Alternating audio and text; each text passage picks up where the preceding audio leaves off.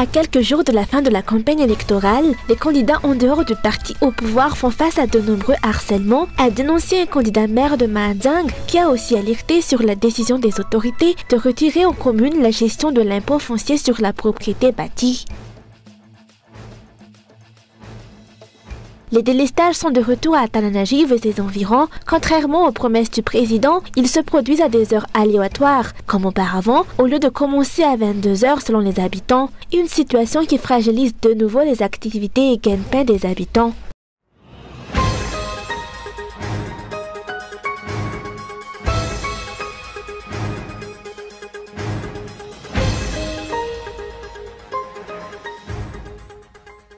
À quelques jours de la fin de la campagne électorale, les candidats en dehors du parti au pouvoir font face à de nombreux harcèlements, comme en témoigne la situation à Mahajanga.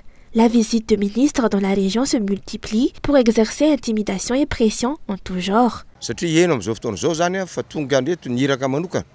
Des représentants du ministre sont arrivés dans la région dans le but principal de convaincre la population de soutenir le candidat allié au régime. Les médias ont été contraints de se limiter à publier exclusivement des contenus en faveur de ce candidat. Enfin, les hauts fonctionnaires de Mahajanga ont été réunis et soumis à des pressions de toutes sortes pour les obliger à soutenir et à inciter les autres à soutenir ce candidat. Selon les informations, le gouvernement central a retiré des communes la gestion de l'impôt foncier sur la propriété bâtie. Cette mesure risque de fragiliser les communes et de compromettre la décentralisation. Alors que le régime s'est vanté de promouvoir une décentralisation effective et de soutenir les communes, le gouvernement central a pris la décision de retirer à la commune l'IFPB ou impôt foncier sur la propriété bâtie, une ressource cruciale pour le financement des infrastructures locales. Or, ces ressources sont déjà largement insuffisantes. Les communes font face à une grande pauvreté. Cette décision soulève de nombreuses interrogations. Pour nous, politiciens, on prélève cet impôt pour la trésorerie nationale. Mais quand la commune en verra-t-elle un retour? La réponse est évidente.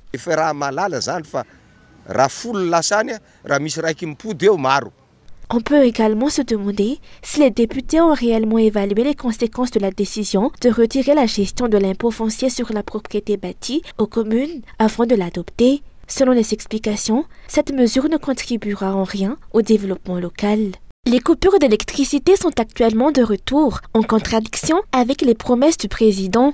Ce phénomène est observé presque partout à Tananarive et ses environs. Bien que les coupures soient censées commencer à 22 h, selon les déclarations officielles, elles se produisent en réalité à des heures aléatoires, comme auparavant, selon les habitants.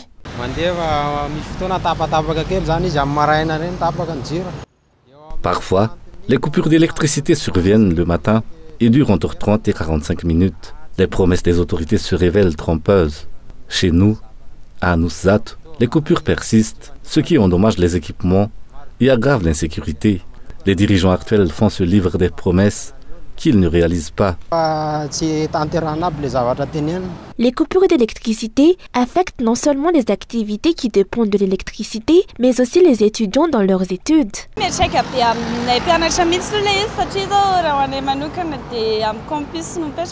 Cette situation a un impact direct sur nous, les étudiants, en particulier ceux qui vivent sur le campus et dépendent de l'électricité pour cuisiner. En l'absence d'électricité, l'eau courante est également coupée. De plus, sans électricité, il devient impossible de mener à bien nos recherches. Le Wi-Fi ne fonctionne plus et nos ordinateurs et téléphones, indispensables pour travailler, se retrouvent à court de batterie. Nous appelons les dirigeants à agir pour résoudre ce problème, sans toutefois puiser dans le budget de l'éducation. Madagascar dispose de nombreuses ressources énergétiques qui peuvent être exploitées si la Jirama a montré ses limites. Au-delà des entreprises qui dépendent directement de l'électricité fournie par la Jirama, ce sont tous les citoyens qui subissent les conséquences des problèmes de la Jirama. Les solutions apportées par les autorités ne font qu'aggraver la situation de cette société d'électricité, selon les économistes.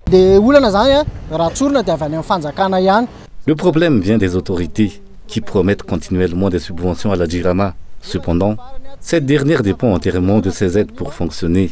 En conséquence, Elle n'honore pas ses engagements envers ses créanciers, ce qui aggrave une situation déjà marquée par le non-respect des dettes antérieures et l'accumulation de nouvelles.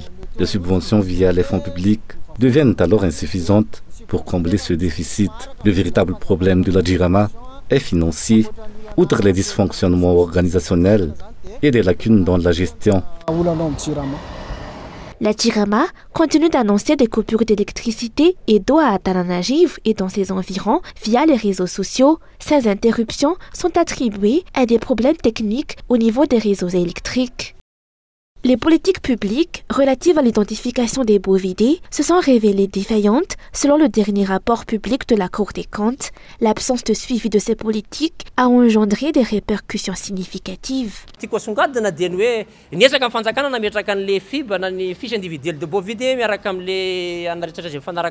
Les autorités ont mis en place les fiches individuelles de bovidés ou FIB, un système d'identification classique accompagné de mesures spécifiques. Cependant, un problème majeur persiste. La production des fiches par l'imprimerie nationale ne répond pas à la demande, obligeant les communautés rurales à élaborer leurs propres FIB. Cette situation favorise la violation de la loi et la pratique de corruption de haut niveau. L'implantation de puces électroniques chez les bovins n'a pas non plus donné les résultats escomptés selon les études menées. Les puces implantées ne sont pas adaptées au corps des bovins dans les zones pilotes, notamment à Siroanoumandide et dans le sud, où des tests ont été réalisés pour placer les puces dans l'estomac des animaux. Il a été constaté que la majorité des bovins les recrachaient, incapables de les tolérer. Cette tentative s'est avérée infructueuse, soulignant la nécessité d'améliorer la conception des puces. Nous insistons sur cette amélioration, car une puce fonctionnelle et efficace offrirait de nombreux avantages. Elle permettrait un suivi précis des mouvements des bovins, réduisant ainsi le trafic d'animaux et freinant les activités des dahalo.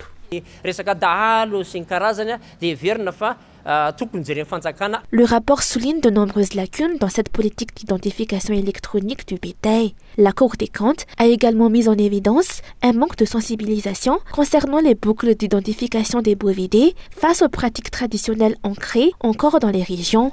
Le redressement d'Antananarivo réclame des travaux urgents, a souligné Taïna Razafndwel, candidat à la mairie. Il insiste également sur la nécessité d'améliorer les conditions de vie des habitants et de les sortir de la pauvreté. Il rappelle que le projet AMA, Asamaharcho Antananarivo, ou Travaux durables pour Antananarivo, a été lancé dans ce but et qu'il entend l'agrandir.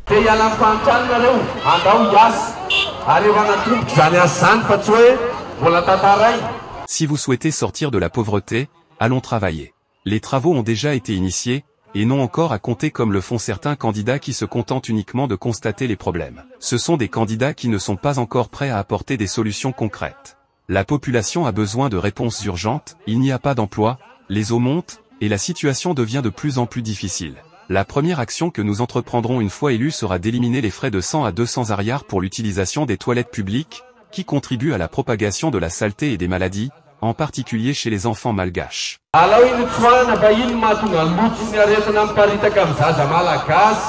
Ce candidat a également appelé tous les citoyens à être vigilants, à défendre leur choix et à ne pas se laisser influencer par les petits dons ponctuels.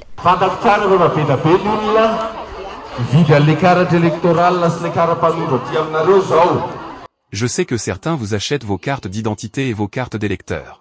On vous propose 150 000 ariars, parfois vous n'obtenez même pas cette somme. Et même si vous recevez cet argent, si nous sommes élus, les emplois que nous créerons vous rapporteront 300 000 ariars par mois. Que pourrez-vous faire avec 150 000 ariars pendant 5 ans? Aujourd'hui, pour Anatiaz et ses environs, le candidat Taïna a offert des lampadaires solaires pour éclairer les rues et les allées. L'objectif est de renforcer la lutte contre l'insécurité qui préoccupe les habitants d'Antananarivo depuis toujours. Il est possible de doubler les exportations de mica selon les opérateurs du secteur. Cependant, l'exploitation de mica est entachée par le travail des enfants, surtout dans la région d'Anous et d'Anjoui. Madagascar est réputé pour son exploitation de mica qui se fait dans 4 régions, Anous, Anjoui, Atsimonjevan et Yorumbé. À Toliagnard en particulier, la plupart des ruraux se sont tournés vers l'extraction et la vente de mica en raison du changement climatique qui a dévasté l'agriculture et l'élevage, outre ceux qui font du triage et d'autres activités. Selon les estimations, les exportations de mica malgache atteignent entre 50 000 et 100 000 tonnes par an, dont 90% sont destinés à la Chine. Cette activité génère entre 15 et 20 millions de dollars par an.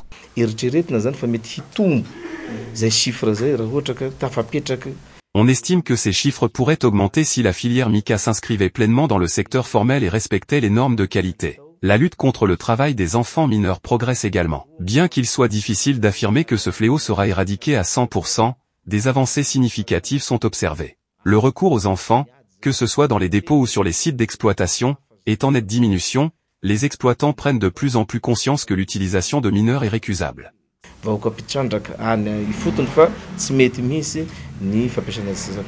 Le travail des enfants, l'illégalité et le manque de protection sociale et sanitaire des travailleurs miniers constituent autant de problèmes à résoudre dans ce secteur. Pour y remédier, les États-Unis, par l'intermédiaire de l'ONG PACT, ont apporté leur soutien financier. L'objectif est de promouvoir une exploitation minière responsable en soutenant les organisations non gouvernementales pour améliorer les pratiques d'extraction du mica et augmenter la production. Des actions sont également menées au niveau local pour améliorer les conditions de vie des populations dans les zones d'exploitation minière.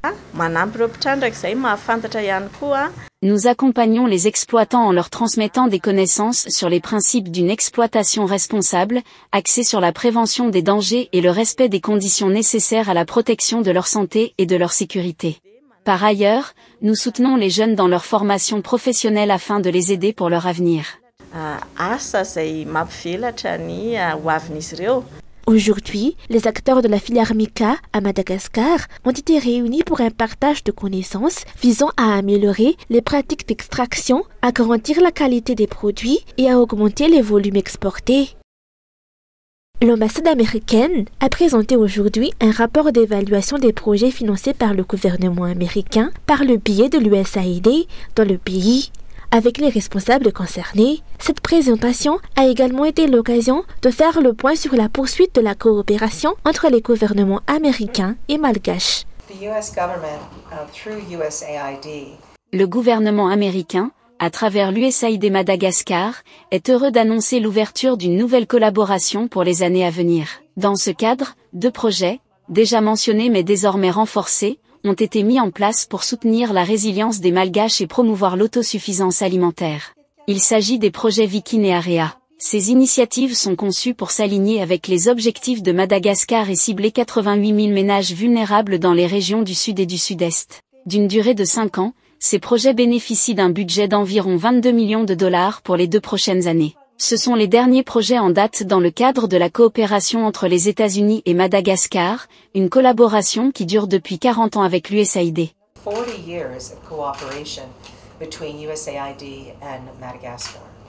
Les responsables de l'ambassade, accompagnés de représentants du gouvernement, se sont rendus sur le terrain pour évaluer les projets financés. Durant le rapport de ces visites, l'ambassadrice des États-Unis a réaffirmé l'engagement des États-Unis à continuer de soutenir le pays, même après la clôture officielle de certains projets. Nous poursuivrons notre collaboration avec les communautés locales dans le cadre du projet Feed the Future. Nous nous éloignerons des aides alimentaires traditionnelles pour privilégier des initiatives visant à développer des sources de revenus durables. Ce projet nous permettra de lutter contre la pauvreté et de promouvoir l'autosuffisance alimentaire dans cette région.